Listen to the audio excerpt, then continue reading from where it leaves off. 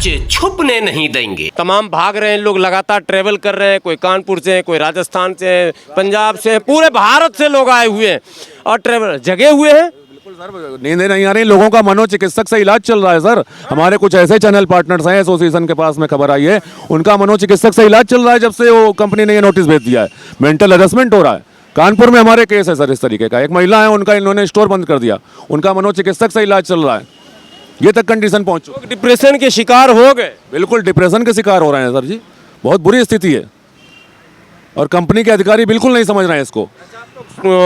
Telecom minister से मिले नहीं? टेलीकॉम मिनिस्टर ने मिल नहीं पाए हम लोग, अभी प्रयास किया गया, बैठा रहे हैं। हाँ प्रयास कर रहे हैं हम लोग, लेकिन अभी मुलाकात का समय नहीं मिल पाया हम लोग। वार्ता तो होनी चाहिए। बिल्कुल होनी चाहिए सर, टेलीकॉम मिनिस्टर को इंटरवीन करना चाहिए इसमें, बिल्कुल हमारी उनसे मांग है। सिचुएशन जो आपका है उसमें अगर टेलीकॉम मिनिस्टर आपकी बातों से अगर मोटिवेट हो जाएंगे, उनको अगर संतुष्टि होगी कि जेन्युइन मुद्दा है, तो मुझे लगता है उनको इसमें हस्तक्षेप करना। बिल्कुल सर, देखिए ये जो टेलीकॉम सेक्टर है ये गवर्न तो टेलीकॉम मिनिस्ट्री से ही होता है ना। ये जो इनको लाइसेंस दिया गया है 2G 3G सारी टेलीकॉम मिनिस्ट्री देती है, तो उसको तो इंटरवीन करने का पूरा अधिकार है इस मैटर में और उनको करना चाहिए।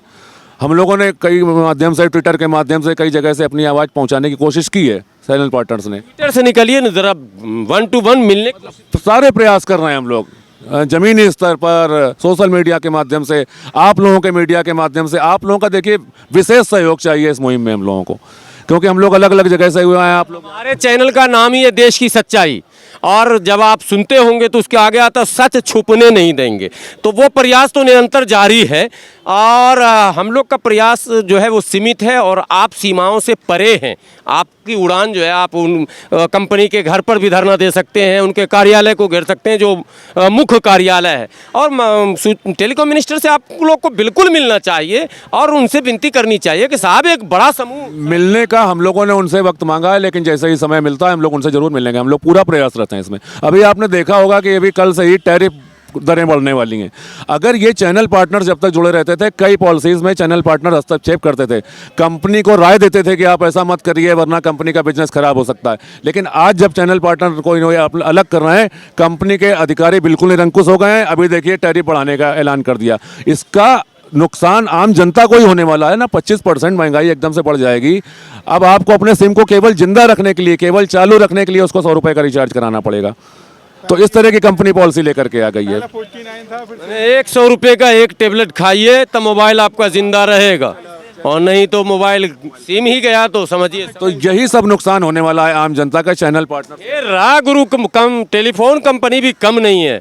जियो इस प्रतिस्पर्धा के दौर में उपभोक्ता शिकार हो चुका है और सच्चाई ये है कि उपभोक्ताओं को भी अब ये लड़ाई लड़नी होगी कि साहब हम अगर मोबाइल रखते हैं, मेरी मर्जी है मैं बात करूं ना करूं, आप बात क्यों करेंगे कि यदि बात नहीं करोगे तो भी 100 रुपये गए तुम्हारे, और 100 रुपये अगर नहीं खर्च करोगे तो तुम्हारा सिम पहले जो है इनकमिंग फ्री था होल लाइफ। शुरू में यही हुआ था, पहले तो इनकमिंग के पैसे लग रहे थे, फिर इनकमिंग फ्री किए गए। अब साहब इनकमिंग के भी फिर पैसे लगेंगे। मतलब जिंदा रखने का मतलब यही है।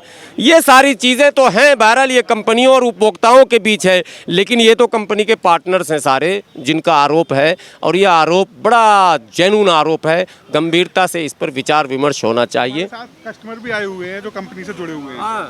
हाँ उपभोक्ता, हाँ, मैं उपभोक्ता संतोष कुमार पंडित।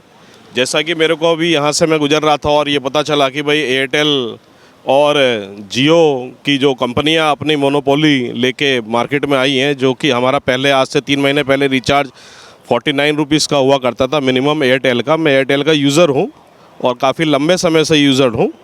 सुनील भारती मित्तल जी की कंपनी का मान सम्मान भी हम शुरू से करते आए हैं कि इनका नेटवर्क एक समय में बहुत अच्छा था, आज भी खैर अच्छा है। परंतु इन्होंने अचानक ही बिना बताए 79 रुपीज़ का रिचार्ज कर दिया। जब हम पिछले महीने रिचार्ज कराने गए तो पिछले महीने हमें 79 रुपीज़ पे करने पड़े। तो आई शॉक्ड। मैंने जानकारी करी तो ये पता चला कि भाई 30 रुपये एक साथ ही बढ़ गए।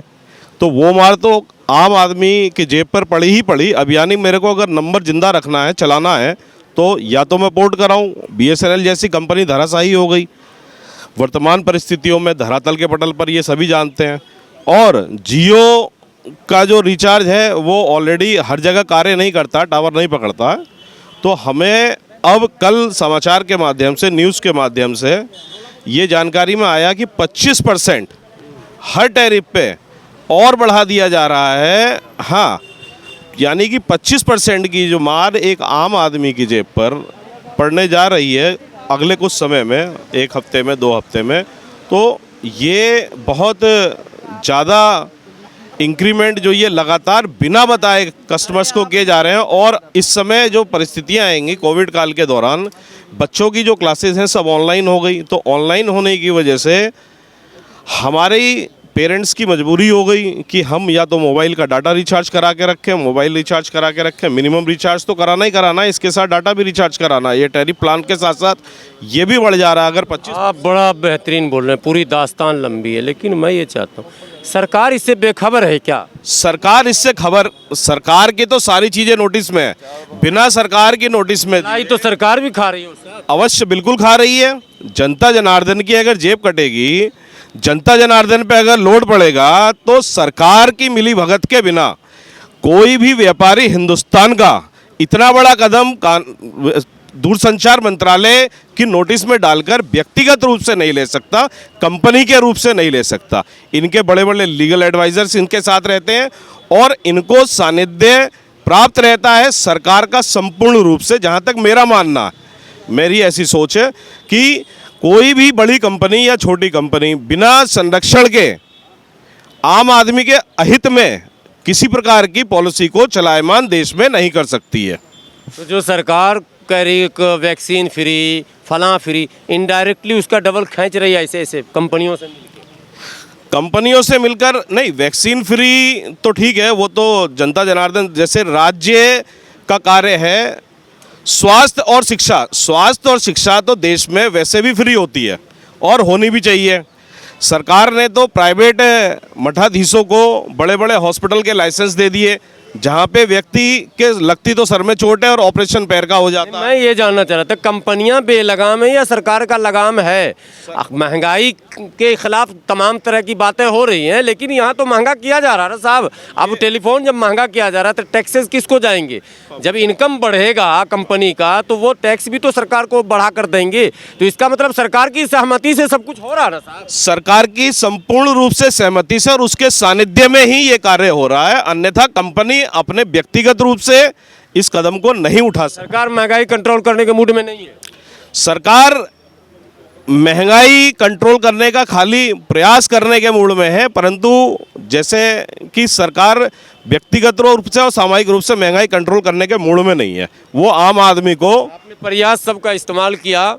मोदी जी जब पहली बार आए थे तो उन्होंने कहा सबका साथ सबका विकास, दूसरी बार में कहा सबका साथ सबका विकास सबका विश्वास, तीसरी बार में अब नारा नया आया है सबका साथ सबका विकास सबका विश्वास सबका प्रयास।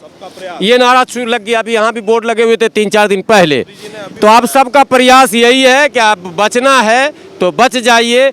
उसी ज़माने में आपको लौटाने की कोशिश हो रही है जहां आपको मोबाइल, टेलीफोन, इन सब चीज़ों से हटके एक सामान्य जीवन जैसे पहले जीते थे वैसे रहिए। यही प्रयास सरकार का है। भाग दौड़ का मामला छोड़िए, विकास जो चांद पर घर बनाने की बात कर रहे थे वो सब भूल जाइए। यही है कुल मिलाकर। बहरहाल बने रहें इसी अपडेट के साथ, फिर मैं आपके सामने रहूँगा। ये एक बड़ी खबर है इस वक्त आप देख रहे हैं, इससे पहले भी मैंने खबर दिखाई थी अपने सहयोगी शब्बीर अहमद के साथ। मैं हाफिज़ गुलाम सरवर, देश की सच्चाई, जंतर मंतर, दिल्ली।